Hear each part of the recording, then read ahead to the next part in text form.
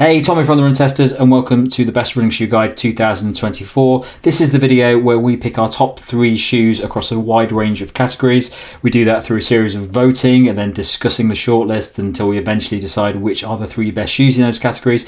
But we also offer some of the shoes that didn't quite make it into that top 3 as well, to give you a little bit of background and variety on the shoes that are available. The reason that we released this video halfway through the year is that we test a lot of shoes at the Run Testers, and we want to make a video that you can watch that has more recent shoes in, because the last time we did this was a year ago. Also, we have our awards that come out at the end of the year. Now, the awards cover all of the shoes that have been released over the course of the year, whereas this video, we can pick any shoes. So it's not necessarily shoes that came out this year, but they're the shoes that we think are the best, regardless of when they were released. Right, let's dive in and see what we picked across each of the categories.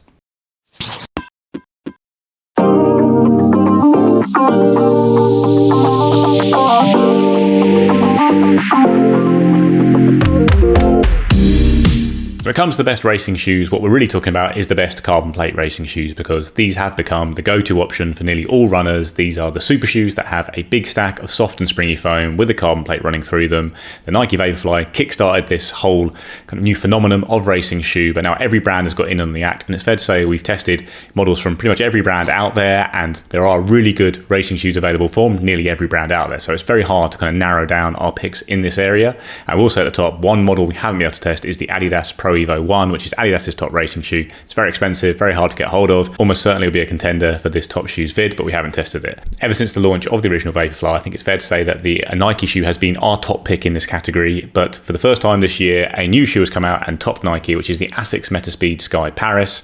This is our favourite racing shoe of the moment. It's one that 2 of us have set our marathon PBs in, which certainly helps, but in general it's just a perfect modern racing shoe all round, because it's an exceptionally light shoe that still packs plenty of bounce into its midsole. It still has the stack height you expect from a modern super shoe, but it comes in around 190 grams in a UK size 9, which is a lot lighter than most of the other shoes we've tested. The Sky Paris uses Asics' FF Turbo Plus foam, which is the latest version of their super foam, and a plate that's a little flatter than most and delivers a huge amount of pop off the forefoot for a really explosive ride in a very lightweight shoe. It also has a very lightweight and really good upper, with the Motion Wrap 2 material holding your foot securely in place without really adding any extra weight to the shoe. And while the heel strikers on the team would like the rubber on the outsole to extend a little bit further back at the heel, it has grip well for us in a range of conditions. Asics also has the Metaspeed Edge Paris in its range, which we've reviewed and compared to the Sky Paris on the channel. The idea is that the Sky Paris and the Edge Paris are aimed at different types of runners. Both are very impressive lightweight carbon shoes, and the Edge Paris does stand up well against the shoes from other brands, but we prefer the Sky Paris all round regardless of our running style. So having lost top spot to Asics, Nike does come in second and third in our roundup of the best racing shoes, with second place going to the Nike Alphafly 3, which is another top racing shoe that was launched in 2024. It's the lightest version of the Alphafly yet, and the new continuous midsole design delivers a faster transition from heel to toe, pushing you onto the Air Zoom pods under the forefoot that deliver an explosive and propulsive ride. Some might prefer the original Alphafly and its exaggerated bounce, but the Alphafly 3 is undoubtedly a top-class racer, and especially good for longer races like the marathon. In third place, we've got the Nike Vaporfly 3, which actually came out last year. It's the latest version of the original super shoe and still a very safe pick for anyone who wants to run fast over any distance. It's still the shoe you'll probably see most on start lines, has a very lightweight design with a big stack of Nike's springy Zoom X foam. It's one of the lightest carbon shoes going and has quite a nimble and narrow design that makes it feel very agile for shorter races in particular, but it still delivers the protection and comfort you need for longer races like the marathon. One downside with the Vaporfly 3 is the flimsy outsole. Look out for that, because it's not proved very durable in our testing. As mentioned at the start of this section, there are loads of shoes in this category that we would consider among the best racing shoes, and we can't include them all, but there are a few others that we want to mention as especially impressive. First of those is the Puma Deviate Nitro Elite 3, which is the best racing shoe from Puma yet, with a higher stack height than previous models and also a new aliphatic TPU midsole that delivers a lot of energy return while having enough protection and comfort for longer distance events. It's also one of the better value carbon shoes on the market, coming in under £200 in the UK, and as ever with Puma shoes, it delivers exceptional grip on wet surfaces thanks to the Puma Grip outsole. The Cloudboom Strike LS is another one we want to flag up quickly, as it's really impressed us at the start of our testing, though there's more to come on that. And then the Hoka Cielo X1 is another shoe that we've really loved this year. It's probably the carbon shoe that we've racked up the most miles in, because it's so good as a training shoe as well as a racing one. It does come in a little heavier than the top racing shoes we picked out though, which does count against it when it comes to a pure racing shoe, but it's incredibly fun to run in, delivering loads of bounce, and if that's what you're after, the Cielo X1 is certainly worth looking at. Next up, we've got the daily trainers. Now, if you listened or watched to our recent podcast on this topic, where we try to define the daily trainer, you'll note that this is a bit of a challenge. There's a lot of crossover here between this category and the other categories on the list, not least because brands are making shoes that are much more versatile, but it can also depend a lot on what your daily training looks like. But broadly speaking, we're looking for shoes that can cover the majority of your everyday mileage, and in most cases that means a shoe that's great for lots of lower, slower, easy runs, but equally we've considered shoes in this category that can handle moving up through the gears for your faster efforts too. Now you might not choose these shoes for your all-out intervals, but they can handle tempo runs. And these shoes are versatile and they deliver the kind of reliable comfort and performance that you find yourself reaching for day in, day out. There is crossover here. Some good dailies are big cushion cruisers, some are tuned a bit faster, but just about manage the lower and slower as well. Generally, they're kind of good all-rounders for everything except race day. If you want a shoe that can handle all your daily miles and race day, check out the all-rounders category. That's where we've dropped those shoes. But for now, let's get into our top picks of the best daily trainers. Our top pick in the daily trainer category is the New Balance Rebel V4. This lightweight daily trainer packs a relatively low stack compared with most shoes on the market. But despite that, and not having a plate, we still found it great for fast training and easy miles alike. The updates over the Rebel V3 with a wider design and a little bit of extra foam underfoot made it more comfortable and more stable, which is a big boost for those longer easy miles where you want reliable cushion protection. It might have lost a smidge of the nimble agility of the Rebel V3, and it doesn't have the all-out punch of plated daily trainers like the Saucony Endorphin Speed 4 for those faster sessions, but it's still relatively lightweight, balanced, comfortable, and crucially versatile enough to handle everything from up-tempo efforts right down to recovery miles. It's a smooth shoe at every pace, and one that's easy to get in sync with and tick over regardless of the session that you're taking on. In short, this has everything we look for in a good, capable daily trainer, and that is why it's our top pick. Now, Hoka's popular versatile daily trainer, the Mach X, was given a pretty substantial overhaul for 2024. The headline updates include swapping the Vaporfly plus foam in the midsole for a single layer of supercritical EVA that Hoka says creates a more responsive ride, along with streamlined jacquard mesh uppers and a revamped rubber outsole. Those changes kick the Mach on from the previous generation, but it still does the same job in your rotation, essentially to be snappy and responsive enough to handle faster efforts, but cushioned and protective enough to cope with the easier miles too. It definitely has faster, shorter sweet spot, and it's a long way off the bigger, softer, more pillowy daily shoes. There's a no-nonsense simplicity to design though that makes it an easy shoe to pick out of a pile. It's a fun, light and lively, versatile do-it-all daily trainer that's very good value for money and a step on from the Mach 5. If you only want one shoe to cover a wide range of runs, this can take care of them all, and at £140 or $140, it's also in here as a good value all-rounder. The Mizuno Neo Vista is a new plated daily trainer with a high stack of springy midsole foam. It's a super trainer designed to handle a wide range of training runs, offering a mix of comfort and speed along with decent stability for such a big stack shoe. And unlike some super trainers that don't quite live up to the name, this is a shoe that screams versatility and utility. There's a bounce to it that's fun at slower paces, though it sits at the mellower end of the super trainers, ticking that low and slow daily trainer box nicely. But when you pick up the pace, the midsole stiffens up a bit and it compresses and returns with a good energy and liveliness from the plate and that foam combination. So when you're moving faster, that also makes for a fun, energetic ride. We felt it achieved what the New Balance SC trainer was shooting for and is one of our favourite dailies of the year so far. Other shoes in this category that we felt were also good solid performers and worth a look include the Asics Novablast 4 with the same big stack but a more responsive ride. The Novablast 4 is now arguably more versatile than the previous generations. There's a bit more fast upper pace potential, but you get the same big cushion base that's happy in your easy miles too. It's got a nice wide platform that offers reliable landings and a consistency with a comfortable ride. This is a great daily option for any rotation. Then there's the Mach X, the carbon-plated sibling to the Mach 6 that comes with a bigger midsole stack and a ride that's a bit punchier, snappier and tuned for more faster efforts. But this is another shoe that will happily clip along at easier paces too, provided you enjoy a more immediate, more ground feel ride from the midsole than you might get from some of the softer daily alternatives. At £160 or $180, it's pricier than the Mach 6, and there's not a huge amount to choose between the performance or the types of run that those two shoes can handle.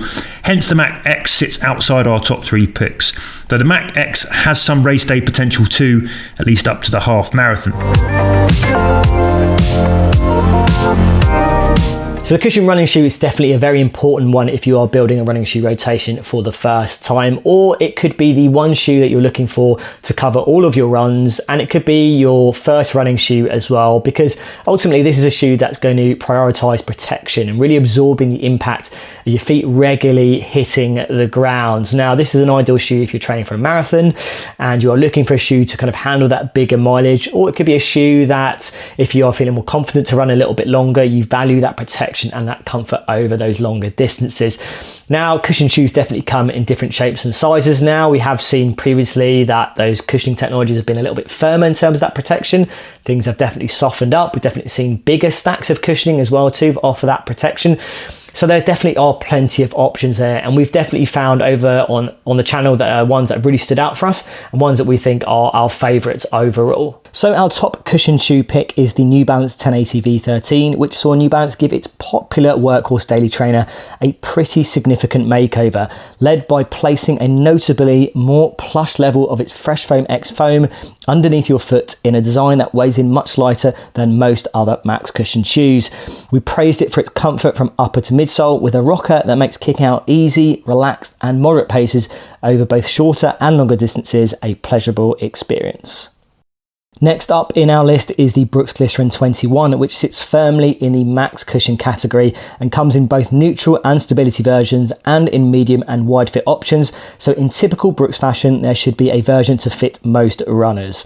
Brooks has increased the stack height from the Glycerin 20 to pack in more of its nitrogen-infused DNA Loft V3 cushioning technology to provide that bounce and increase the softness, particularly over longer distances. The result is a ride that's smooth, offers some pleasant bounce that's spread across a wide platform to keep things nice and stable. Add in an outsole with plenty of rubber, and this is a cushion shoe fit to soak up the big mileage. In third spot is the Saucony Ride 17, another cushioned option that comes in cheaper than most in this category, yet still manages to deliver plenty in the way of comfort, a grippy outsole for mixed running conditions, and an upgraded Power Run Plus midsole that puts it firmly in the plush category of cushioned shoes. It's jumped up a little in the weight department, but that doesn't detract from making the Ride a solid cushioned daily trainer option that's more affordable than the 1080 V13 and the Glycerin 21. So some other noteworthy mentions in this category include the Puma Velocity Nitro 3, a big fave with the Run Testers team. Now this is a fine cushioned daily trainer that does have the versatility to be used for easy and more up-tempo runs thanks to a good serving of Puma's Nitro foam and a weight that helps to make it a more agile shoe to pick the pace up in. Plus you've got a great Puma grip outsole to keep you steady in wetter running weather too. The Hoka Skyward X is a max cushion trainer that's just a lot of fun to run in. It's a super trainer with a carbon plate and two foams that combine to make it a bouncy and at times snappy shoe to run in, and makes it a great shoe for long runs. If you can get on with the weight, there's plenty to like here about the Hoka Skyward X. Last and by no means least, the Saucony Hurricane 24 is a max cushion stability focused shoe that isn't off limits to neutral runners as well. Along with the option of regular and wide fit options, you've got a plush feeling engineered mesh upper and a combination of Saucony's Power Run PB and Power Run frame to rein in that bouncier PB foam. The sidewalls and Y-base bring the stability in a subtle yet effective way, and it helps to make the Hurricane a comfortable shoe for your recovery and easy runs. If you watched our video on picking the best shoes of 2024, you will have seen a big debate we had over the all-rounder category. Now, we did talk about moving these categories around and changing the names of them, but we settled on the idea that the all-rounder shoe is a shoe that you might want to buy if you're only going to buy one shoe. So it has to be a really versatile, durable, comfortable shoe that you can use for a lot of your training, whether you're a beginner or whether you're doing a lot of races. It needs to cover all of those different things. So each of these shoes are shoes that we would say if you only had to buy one shoe, you could buy one of these shoes as an option. It will probably come as no surprise that our top pick for this category is the Saucony Endorphin Speed 4. The Speed has consistently been in our top picks for do-it-all shoes since the Speed 1 was released in 2020. Back then, there weren't many shoes that could tackle everything from daily training miles to marathon race day, but over the past few years, we've seen a steady flow of impressive alternatives released by almost every brand. For the Speed 4 to still retain the top spot for us despite the competition is a testament to its design. It combines a re-engineered winged nylon plate with Saucony's perfectly balanced Power and PB foam, as well as the popular speed roll geometry to produce a smooth and responsive ride that has plenty of cushioning for easy days and long run efforts. For anyone looking to pick up one shoe for all of their runs, it's a difficult one to beat, with many runners even opting for it on race day instead of the vast range of super shoes available. That mix of accessibility and performance makes it a great investment for anyone who wants to keep their shoe cupboard light, or for those progressing their training but don't want to make the jump to carbon plate racers. Our second pick is the Asics Superblast 2. There aren't many shoes we've been as impressed with as the original Superblast, seemingly coming out of nowhere to become one of the most talked about of 2023. The Superblast 2 is a worthy successor, developing the best elements of that shoe to produce an even better option for runners looking for a versatile super trainer. Despite not having a plate, the shoe still delivers the goods when it comes to training due to an impressive combination of FF Blast Turbo Plus and Blast Plus Eco midsole foams. The FF Blast Turbo Plus is the same foam used in the Metaspeed Sky Paris, providing a lightweight and bouncy ride for training at pace, while the FF Blast Plus Eco complements the performance side by adding comfort and cushioning for daily miles or longer sessions. The result is a shoe that excels at training hard for longer periods of time, and we found it to be the perfect shoe for tempo sessions during a marathon training block. The smooth transitions and plenty of cushioning glide through miles easily, and when you want to pick up the pace, it's more than capable. For our third pick, we've gone for the Mizuno Neo Vista. Mizuno has been impressing a lot of people with its performance shoes over the last couple of years, and the Neo Vista is the perfect example of how it's applying these learnings to its daily shoes as well.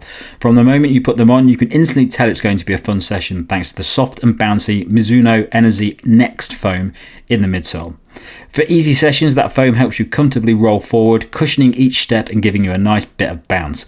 But when your focus is speed, you get an impressive level of energy return that makes it a great choice for faster training or racing, thanks in part to the Mizuno Wave plate that adds propulsion to the ride. Although we didn't need another reason to rank the Neo Vista so highly, the modest price makes it an even better option considering other super trainers can cost significantly more. Shoes also worth looking at in this category include the Asics Novablast 4, a well-balanced shoe that sees some big improvements for us when compared to the Novablast 3. Unlike its predecessor, the Novablast 4 uses FF Blast Eco Plus in the midsole to provide a more versatile experience and a good level of energy return for training harder. The new higher stack of foam skews more towards easier sessions, but has enough in it for most people who want a shoe that can cover them for the majority of their runs. There's also an engineered woven mesh upper that offers a plush fit and plenty of breathability, as well as a solid layer of AHAR outside rubber across the shoe to improve grip and durability. The New Balance Rebel V4 is another great option, especially for those who prefer a shoe without the rigidness you'll often find in plated shoes. The Fuelcell midsole foam is a Puma EVA blend that offers a soft cushioned ride as well as a good level of propulsion, with a geometry that's taller and wider than the previous version. It's a shoe that can be used for any type of run, but skews more towards sessions where you want lightness and speed. As a do-it-all shoe, it offers some of the best versatility out there, as well as plenty of comfort for daily efforts. Our final alternative is the Adidas Boston 12, a big update to the previous version that's now lighter and has more foam in the midsole. It's a shoe focused on bringing performance elements to daily training, largely due to the combination of glass fiber infused Energy Rods 2.0 to deliver a high level of energy return, and a dual layer of Light Strike Pro and Light Strike 2.0 to ensure a good balance of comfort and propulsion across a wide range of sessions. Fair to say, finding value in the running shoe market is getting a little bit harder year by year, with the price of even daily trainers spiralling above the £200 mark in some cases. But it is true to say you don't have to spend that much to get a really great shoe if you know what you're looking for. Now, when it comes to value, not only are we obviously looking for a fairly low RRP or list price, we also want to find a shoe that's pretty versatile, so you can use it for a wide variety of runs. It's also very durable, because obviously that adds value. And in general, we're looking for shoes that pop up in sales more than others. And there are certainly shoes that fall into this category that are more likely to be produced, especially around big sales events like Black Friday. Overall, we think the best way to find value in the running shoe market is to look for a discount on a shoe that's been out for a couple of months, or even look at the previous model of a current shoe, especially in popular lines, because they are always going at a good discount and they might only differ from the latest model very slightly. Now, our winner in this category is a shoe that nearly always tends to win the value category, which is the Puma Velocity Nitro 3 or even the Puma Velocity Nitro 2, because although the third version of the shoe does have a little bit more stack height, the Velocity Nitro 2 is also an excellent all-round shoe and even more likely to be available in sales. The Puma Velocity Nitro is just a great shoe all-round and would be a contender in several other categories. It's not just a good value pick. It's a comfortable and versatile daily trainer with a dual density midsole that combines Puma's nitrogen-infused Nitro foam with an EVA foam. It's pretty lightweight, it has an outstanding outsole that grips well in the wet and lasts a long time, it works for a variety of runs, and it's great value at its normal price, but also a shoe that crucially nearly always pops up in sales quite quickly after its release as well. If you are on the lookout for a versatile daily trainer at a great price, we'd start by looking for a discount on the Puma Velocity Nitro 3 or 2. The Saucony Ride 17 is another good value option that might not be the very cheapest shoe you find at its list price, but it's often available in sales, and it's a very durable daily trainer that offers a lot of comfort for easy and long runs in particular. It's a classic workhorse shoe that offers something to runners of all levels, whether you're a newer runner who wants one shoe to do it all, or someone with a rotation looking for a daily trainer to rack up miles in to keep their more expensive shoes fresh for their speed days and races. If you're hunting for value in general with your running kit, then Decathlon is always a good place to go, and that is certainly true of their running shoe lineup.